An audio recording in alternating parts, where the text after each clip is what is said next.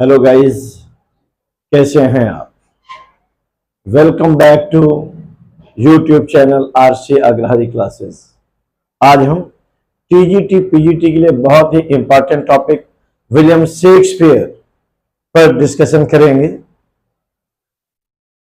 और जैसे कि आप देख रहे हैं, टॉपिक है विलियम शेक्सपियर। यहीं से फर्स्ट क्वेश्चन कभी कभी बन के आता है, who is known as bard of Avon. Who is known as bard of Avon. तो इसका आंसर है विलियम शेक्सपियर। विलियम शेक्सपियर को बार्ड ऑफ एवोन भी कहते हैं, बार्ड ऑफ एवोन के नाम से भी जानते हैं। अब हम बात करते हैं एग्जाम्स में बैप्टाइज डेट और उनकी डेट ऑफ बर्थ भी कभी कभी पूछी जाती है। William Shakespeare was born on 23 April and the day was Sunday. Sunday के दिन 23 अप्रैल को पैदा हुए 1564 में। कहां पर? Stratford on Avon. Stratford on Avon में यह पैदा हुए। कभी कभी पूछा जाता है व्हाट इज एवोन, तो आपको बता दूं Avon is a river name and Stratford is village. Avon is a river and Stratford is a village.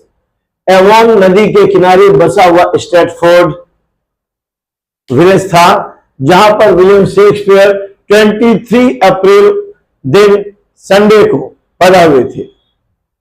इन्हें बैप्टाइज्ड किया गया था। हाँ, आपको बता दें इनका बैप्टाइज डेट था 26 अप्रैल, वेंसडे।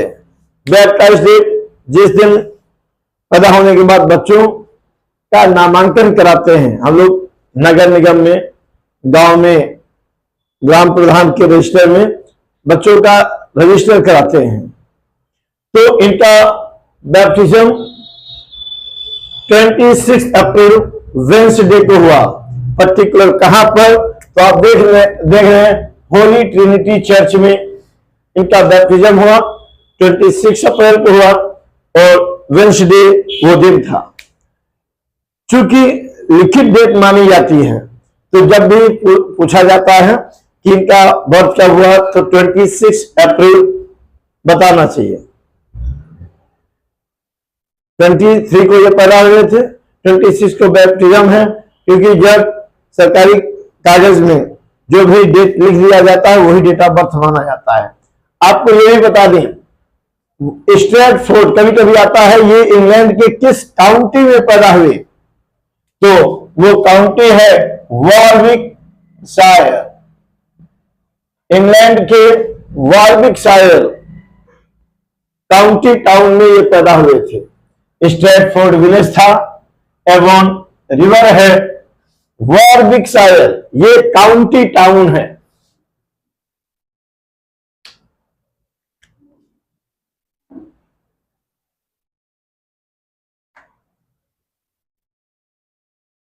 काउंटी टाउन ये है वॉर्विकशायर और इंग्लैंड में। बहुत माइन्यूटली देखने की, समझने की जरूरत है, क्योंकि टीजीटी पीजीटी एग्जाम में पता नहीं कौन सा क्वेश्चन कई बार पूछा गया व्हाट इज एवोन, तो पता होना चाहिए। Avon is a river, Stratford is a village, Warwickshire is a county town. England में भी पैदा हुए थे। Where he is baptized at Holy Trinity Church on 26th April and the day was Wednesday 1564। आपको बता दूं, ये अपने पेरेंट्स जॉन शेक्सपियर, इनके पेरेंट्स जॉन शेक्सपियर और मैरी एडन के ये तीसरी संतान थे। 7 संतानों में से। ये लोग कुल 7 भाई बहन जॉन शेक्सपियर और मैरी आर्डन से पैदा हुए, और उन 7 संतानों में ये अपने माँ बाप की तीसरी संतान थे। Third child of 7 issues of John Shakespeare and Mary Arden। John Shakespeare ये फार्मिंग थी, ये बूचर थे। बूचर कसाई को कहते हैं जो मांस बेचता है। तो इनके विलियम शेक्सपियर के फादर का नाम जॉन शेक्सपियर है, जो फार्मर थे, पेशे से बूचर थे, और कहां पर? स्मिथफील्ड विलेज में, स्मिथफील्ड गांव में ये बूचर का काम करते थे। जॉन शेक्सपियर इनके फादर थे, और इनकी मां मैरी आर्डन ये काफी समृद्ध फार्मर फैमिली से बिलोंग करती थी। Mary Arden who was mother of William Shakespeare was daughter of prosperous farmer. और आपको बता दें, ये जो आर्डन टाइटल है, मैरी आर्डन, ये जो टाइटल आर्डन है, ये नियर बाय फॉरेस्ट आर्डन से लिया गया है। ये जो टाइटल आर्डन है, ये इनके पास में ही, मतलब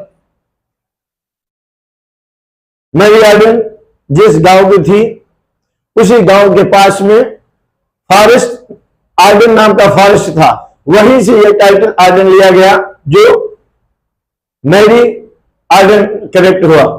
तो ये आर्डन टाइटल फॉरेस्ट आर्डन से लिया गया है, जो कि फॉरेस्ट इन्हीं के आसपास था, जहां पर इनकी मम्मी का गांव था। और बता दें, मैरी आर्डन, ये जो आर्डन है, शेक्सपियर ने इस आर्डन वर्ड को अमर कर दिया। कैसे? एज यू लाइक इट के माध्यम से। एज यू लाइक इट के माध्यम से, वो एज यू लाइक इट जिसे कंपोज किया गया 1599 में। 1599 में as you like it compose किया गया, और वही एज यू लाइक इट में एक सीन में आर्डन, फॉरेस्ट आर्डन का सीन आता है।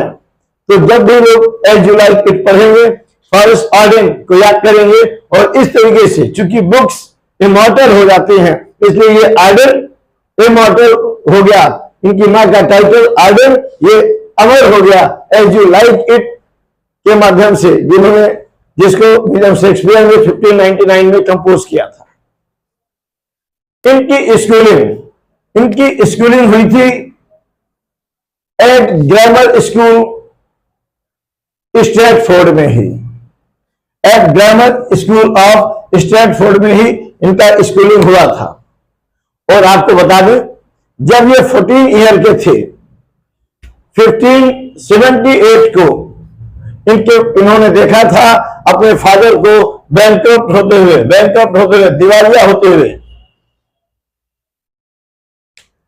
इन्होंने अपनी 14 वर्ष की एज में 1578 में अपने फादर को दिवालिया होते हुए देखा था, और जिसके कारण इन्होंने अपनी स्टडी छोड़ करके अपने फादर को सपोर्ट करना शुरू किया।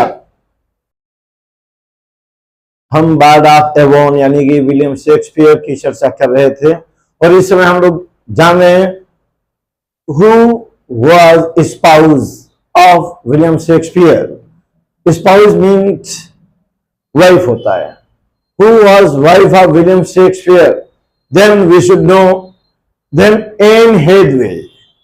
Anne Hathaway was wife of William Shakespeare, and Anne Hathaway was 8 years older to William Shakespeare. William Shakespeare married a girl named Anne Hathaway, who was 8 years older to him, and William Shakespeare married her in 1582. After then, we should discuss about his issues. Issues बोले तो offsprings यानी कि संतानें। Shakespeare and Anne Hathaway had three issues. First was born in 1583. After 1 year later of marriage, a child born in 1583 named Suzanne. Suzanne was his first child, born 1 year later of marriage in 1583. After 2 years later, in 1585, twins child born. Twins child, one was son and second was daughter. And the son name was Hamnet and daughter was Judith.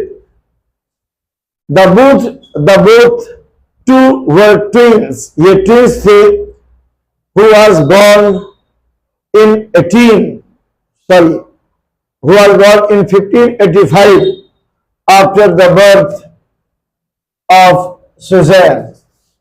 Suzanne के 2 साल बाद, Suzanne 1583 में पैदा हुई। Suzanne के 2 साल बाद 1585 में ट्विंस बच्चे पैदा हुए। उनमें एक बेटा एक बेटी थी। बेटे का नाम हैमलेट था और बेटी का नाम ज्यूडिथ था। अब हम चर्चा करेंगे, मोस्ट इंपॉर्टेंट क्वेश्चन है ये, अक्सर टीजीटी पीजीटी एग्जाम्स में आते हैं। हु सेड टू शेक्सपियर, किसने शेक्सपियर को कहा he learned small Latin and less Greek? किसने विलियम शेक्सपियर के विषय में कहा? वो बहुत कम पढ़े लिखे थे, वो कुछ ही केवल बहुत कम लैटिन और उससे भी कम ग्रीक जानते थे। ये कहने वाले शख्स का नाम है बेन जॉनसन। बेन जॉनसन ने बोला है शेक्सपियर को, he learned small Latin and less Greek. Ben Jonson was co-actor of William Shakespeare when William Shakespeare joined Burbage Company of Players and he acted as actor का काम किया। तो वहां पर ये को-एक्टर थे बेन जॉनसन विलियम शेक्सपियर के, और बेन जॉनसन ने कहा था he learned small Latin and little less Greek. After then, next question is, this one is most important question. Who accuses of plagiarism? Plagiarism होता है साहित्य चोरी। Plagiarism means साहित्य चोरी। Who accuses of plagiarism? किसने साहित्य चोरी का आरोप लगाया और कमेंटेड ऑन शेक्सपियर पर कमेंट किया? As an upstart crow beautified with feathers. किसने कहा? वो कौन सा शख्स है जिन्होंने प्लेगियरिज्म का आरोप लगाया शेक्सपियर पर? उसका मानना था कि शेक्सपियर दूसरे साहित्य को चुराता है और कुछ कन्वर्जन करके अपना नाम दे देता है।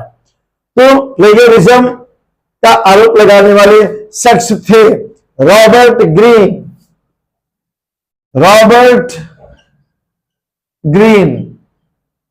इन्होंने प्लेगियरिज्म का शेक्सपियर पर आरोप लगाया और कमेंट किया, as an upstart crow beautified with feather. And next question is, when William Shakespeare joined Burbage company of player, then you should know he left his family and went to London in 1587 to join Burbage Company of Players. Shakespeare Stratford में पैदा हुए थे, Warwick county में। वहां पर रहे। इन्होंने अपने फादर को दिवालिया होते हुए देखा, बैंकरप्ट होते हुए देखा, और 14 साल की एज में पढ़ाई छोड़कर अपने फादर को ये सपोर्ट किए।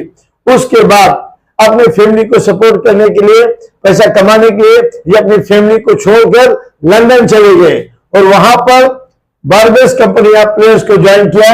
ड्रामा करने वालों की एक कंपनी जिसका नाम बर्बेज कंपनी ऑफ प्लेयर्स से ज्वाइन किया। 1587 में इस कंपनी को ज्वाइन किया।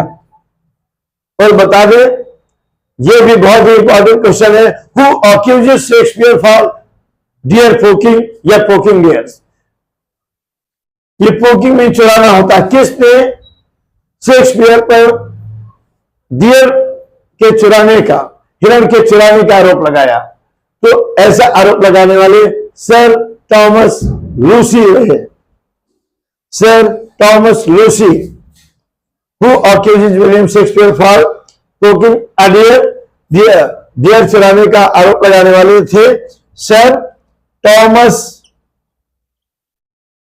लूसी। और आपको बता दें, थॉमस लूसी को इंट्रोड्यूस किया है विलियम शेक्सपियर ने अपने ड्रामा हेनरी फोर्थ, ये हिस्टोरिकल ड्रामा है, हिस्ट्री ड्रामा है, हेनरी फोर्थ, जो कि 1596 में कंपोज किया गया, इसमें इंट्रोड्यूस किया है। और इंट्रोड्यूस किया है मैं थॉमस लूसी को the Merry Wives of Windsor, Merry Wives of Windsor, जो 1597 में कंपोज किया गया। इन दोनों प्लेज में विलियम शेक्सपियर ने सर थॉमस लूसी को इंट्रोड्यूस किया। और सर थॉमस लूसी ऐसे शख्स थे जो विलियम शेक्सपियर पर डियर फोकिंग का आरोप लगाए, हिरण चुराने का आरोप लगाए।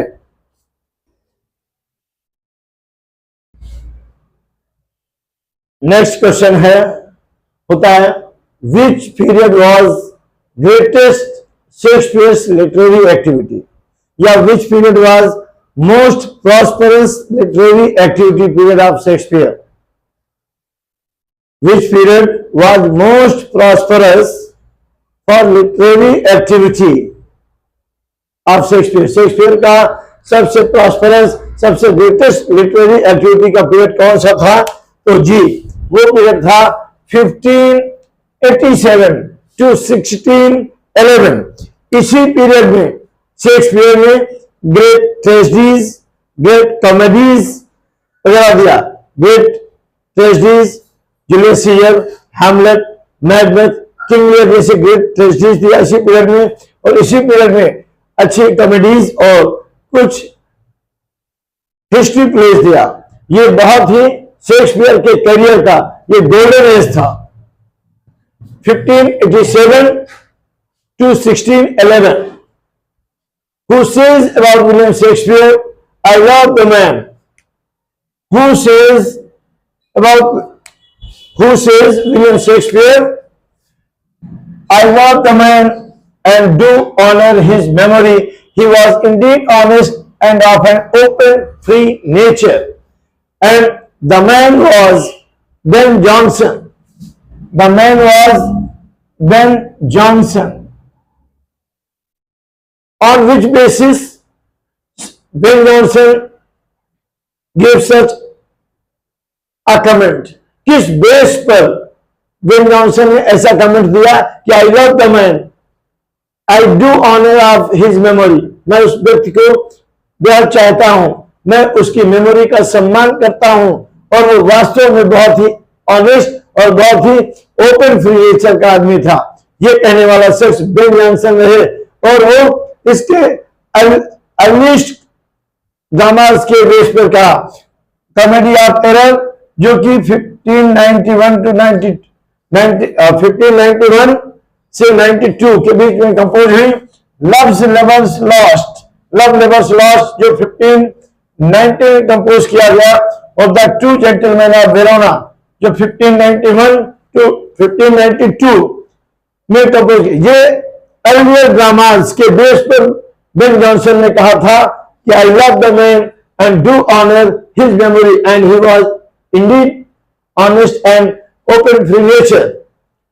तो क्वेश्चन आ सकता है किन नाटकों के आधार पर कहा गया, किस बेस पर कहा था बेन जॉनसन ने? तो आप कह सकते हैं कि comedy of error, loves never lost और टू जेंटलमैन ऑफ वेरोना, ये जो इसके अर्लियर ड्रामास थे, इनके बेस पर उसने ऐसा स्टेटमेंट दिया।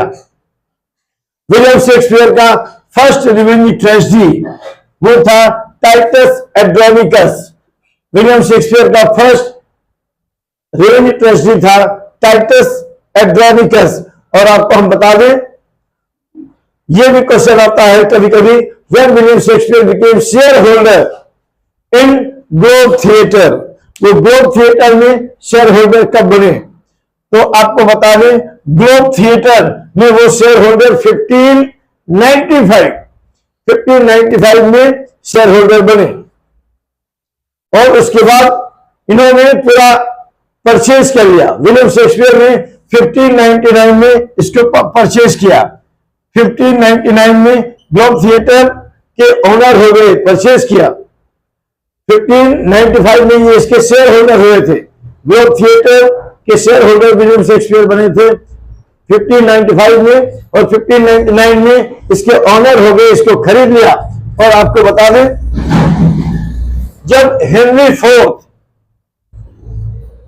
ड्रामा का मंचन किया जा रहा था, 26 जून 1613 में, तो एक कैनन मिस फायर हो गई और इस ग्लोब थिएटर पर आग लग गई थी। हेनरी फोर्थ का जब मंचन किया जा रहा था ग्लोब थिएटर में, तो वो डेट थी 26 जून 1613।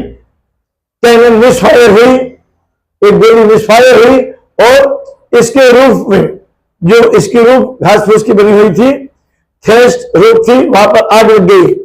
हाँ, इसमें कोई मरा नहीं, और 2 घंटे में पूरी ग्लोब थिएटर जलकर राख हो गई थी, लेकिन इसमें कोई व्यक्ति मरा नहीं।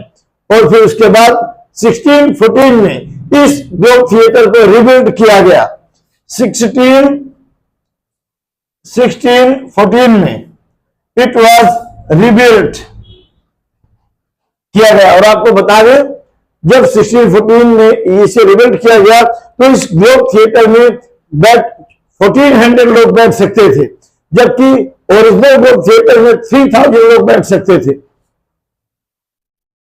आपको बता दें कि विलियम शेक्सपियर ने टोटल 37 ड्रामास को कंपोज किया, लेकिन at his death time when he died only 21 manuscripts was found. Total इनके ड्रामास 37 रहे, और लेकिन जब इनकी डेथ हुई तो 21 मैन्युस्क्रिप्ट ही पाई गई।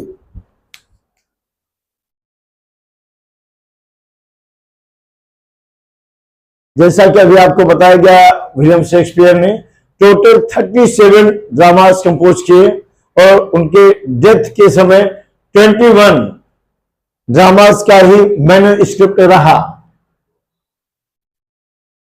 उनका फर्स्ट फोलियो बनाया गया 1623 में हेमिंज और कैंडल के द्वारा, और इस पर 37 प्लेस को ही इंक्लूड किया गया। एक प्ले जो नहीं इंक्लूड हुआ वो था पेरिकल्स, इसे प्रिंस ऑफ टायर कहते हैं, इसे इंक्लूड नहीं किया गया था। अक्सर ये टीजीटी पीजीटी एग्जाम में आते हैं कि विलियम शेक्सपियर का कौन सा ड्रामा है जो इसके फर्स्ट फोलियो में इंक्लूड नहीं किया गया। वो ड्रामा है Pericles the Prince of tyre. या पूछा जाता है कि कितने ड्रामास शेक्सपियर के फर्स्ट फोलियो में पब्लिश हुए, वो है 36, और इनका फर्स्ट फोलियो 1623 में बना, और फर्स्ट फोलियो को बनाने वाले हेमिंग एंड कैंडल रहे।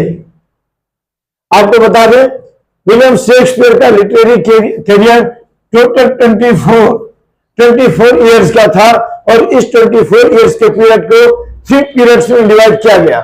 फर्स्ट पीरियड को डिवाइड किया गया है, फर्स्ट पीरियड इनका डिवाइड था 1588 to 95 में। ये इनके लिटरेरी 24 साल के लिटरेरी कैरियर का फर्स्ट पीरियड था। 24 साल के लिटरेरी कैरियर को उनके 3 पीरियड्स में डिवाइड किया जाता है, और उनका फर्स्ट पीरियड लिटरेरी कैरियर का था 1588 to 95 में, और इनका सेकंड पीरियड लिटरेरी कैरियर का था 1595 to 1600, और ये पीरियड बहुत ही प्रॉस्परस एरा रहा इनके कंपोजिशंस का, इनके लिटरेरी कैरियर का। इस 1595 to 1600 को हम era of great comedies and Chronicle place कह सकते हैं, या कहा जाता है। सेकेंड पीरियड जो इनके लिटरेरी कैरियर का रहा वो 1595 से 1600 तक रहा, और इस टाइम पीरियड को era of great comedies and Chronicle play कहते हैं। क्रॉनिकल प्ले मतलब हिस्टोरिकल प्ले। इसी एज में ग्रेट कॉमेडीज लिखी गई और क्रॉनिकल प्ले, हिस्टोरिकल प्ले लिखे गए। और इनका तीसरा पीरियड, जो तीसरा ग्रेट पीरियड लिटरेरी करियर का रहा वो रहा फिर 1600 to 1611, ये इनका पीरियड रहा। और इस पीरियड में इनके ग्रेट ट्रेजेडीज कंपोज हुए। ग्रेट ट्रेजेडीज में Hamlet, Macbeth, Othello, Julius Caesar, ये सब रहे। ये थर्ड पीरियड में इनकी ग्रेट ट्रेजेडीज कंपोज की गई। थर्ड पीरियड 1600 to 1611 तक चला। आपको बता दें ये एंटोनियो एंड क्लियोपैट्रा, ये इनका ट्रेजेडी है जो 1607 में कंपोज किया गया। हैमलेट ये भी ट्रेजेडी है जो 1601 से लेकर 1602 तक कंपोज हुआ। किंग लियर ये भी ट्रेजेडी है और ये 1605 में कंपोज हुआ। और बता दें कि इनके 4 हॉरर ट्रेजेडीज में हैमलेट, अथेलो, किंग लियर और मैकबेथ है। और अब मैं आपको बता रहा हूं किंग लियर 1605 में कंपोज हुआ। किंग लियर की 3 बेटियां थी। कार्डेलिया किंग लियर की 3 बेटियों में थी। कार्डेलिया ये 3rd नंबर की बेटी थी। गॉनविल ये 1st नंबर की बेटी थी। और रीगन ये 2nd नंबर की बेटी थी। किंग लियर ने अपना सारा प्रॉपर्टी कार्डेलिया और गॉनविल को दे दिया। उसके बाद रीगन को जरा भी प्रॉपर्टी में कोई शेयर नहीं दिया था। कार्डेलिया और गॉनविल जब अपने फादर से सारी प्रॉपर्टी इनके फादर ने इनको हैंडओवर कर दिया, उसके बाद ये अपने फादर की केयर नहीं की। तो उसके बाद फादर के हालात बहुत ही दयनीय हो गए। तो रीगन वापस आई, इसे वहां से निकाल दिया गया था। किंग लियर की सेवा की।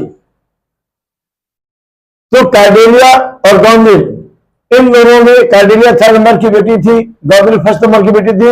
इन्हीं दोनों के बीच किंग लियर ने अपना सारा प्रॉपर्टी डिवाइड किया था। रीगन को निकाल दिया गया था। रीगन और जब प्रॉपर्टी ये लोग दोनों पा गए, 3rd और 1st बेटी पा गई, तो इनका अनदेखा करना शुरू किया। इनके हालात नाजुक हो गए। जब रीगन को पता चला कि मेरे फादर क्रिटिकल कंडीशन में है, तो ये रिटर्न वापस आए और अपने फादर का टेक केयर किया। आपको बता दें अथेलो ये 1604 में कंपोज हुआ है। मैकबेथ 1606 में। तो इनकी 4 ग्रेट ट्रेजेडीज किस सीक्वेंस में कंपोज हुई, उसके लिए ये मैं आपको फार्मूला बता दूं। ये भी पूछा जाता है अक्सर कि वो इनके कंपोजिंग का सीक्वेंस क्या है। वो है हुक्म, यानी कि पहले हैमलेट, फिर अथेलो, फिर किंग लियर और मैकबेथ। आपको हम बता दें हैमलेट 1601 से 1602 तक कंपोज हुआ और अथेलो 1604 में कंपोज हुआ। हैमलेट 1 और 2 में कंपोज हुआ, अथेलो 4 में। और किंग लियर ये 1605 में कंपोज हुआ और मैकबेथ 1606 में कंपोज हुआ। इनका ऑर्डर पूछा जाता है इसकी 4 ग्रेट ट्रेजेडीज का, किस ऑर्डर में रचना के आधार पर इनका ऑर्डर क्या बनता है। तो वो ये शार्ट में फार्मूला बताया, हुक्म, Hamlet, Othello, King Lear, Macbeth. उसके बाद आपको बता दें टेम्पेस्ट इनका लास्ट कंपोजिशन रहा। लास्ट प्ले के नाम से जाना जाता है टेम्पेस्ट। ये ड्रामेटिक रोमांस है, या हम ड्रामेटिक कॉमेडी भी कर सकते हैं। वो रोमांटिक कॉमेडी, टेम्पेस्ट को ड्रामेटिक रोमांस कहते हैं, या आप रोमांटिक कॉमेडी भी इसे कह सकते हैं। ये 1611 में कंपोज हुआ। मर्चेंट ऑफ वेनिस को मर्चेंट ऑफ वेनिस को ट्रेजिक कॉमेडी भी कहा जाता है, क्योंकि शुरुआत इसकी ट्रेजेडी से होती है और नाटक का समापन सुखांत होता है, तो इसे ट्रेजेडी कॉमेडी कहते हैं। और इसी कॉमेडी को आप डार्क कॉमेडी के नाम से भी जानते हैं। मर्चेंट ऑफ वेनिस को डार्क कॉमेडी कहते हैं, जो कि 1596 में कंपोज हुई थी। ट्वेल्थ नाइट जिसे रोमांटिक कॉमेडी के नाम से जानते हैं, ट्वेल्थ नाइट ये 1601 में कंपोज हुई। आपको बहुत सर्च से रिसर्च के बाद ये मैटर उपलब्ध कराया जा रहा है। अपेक्षा है आप इस मैटर का पूरा लाभ लेंगे, नोट्स बनाए पास कर करके। और ये वीडियो कैसा लगा कमेंट करके जरूर बताएं। और अगर आप चाहते हैं ऐसी video history of English literature से आते रहें तो सब चैनल को सब्सक्राइब करें, शेयर करें। Okay, thank you. इसका सेकंड पार्ट आपको फिर नेक्स्ट डे मिलेगा। Thank you.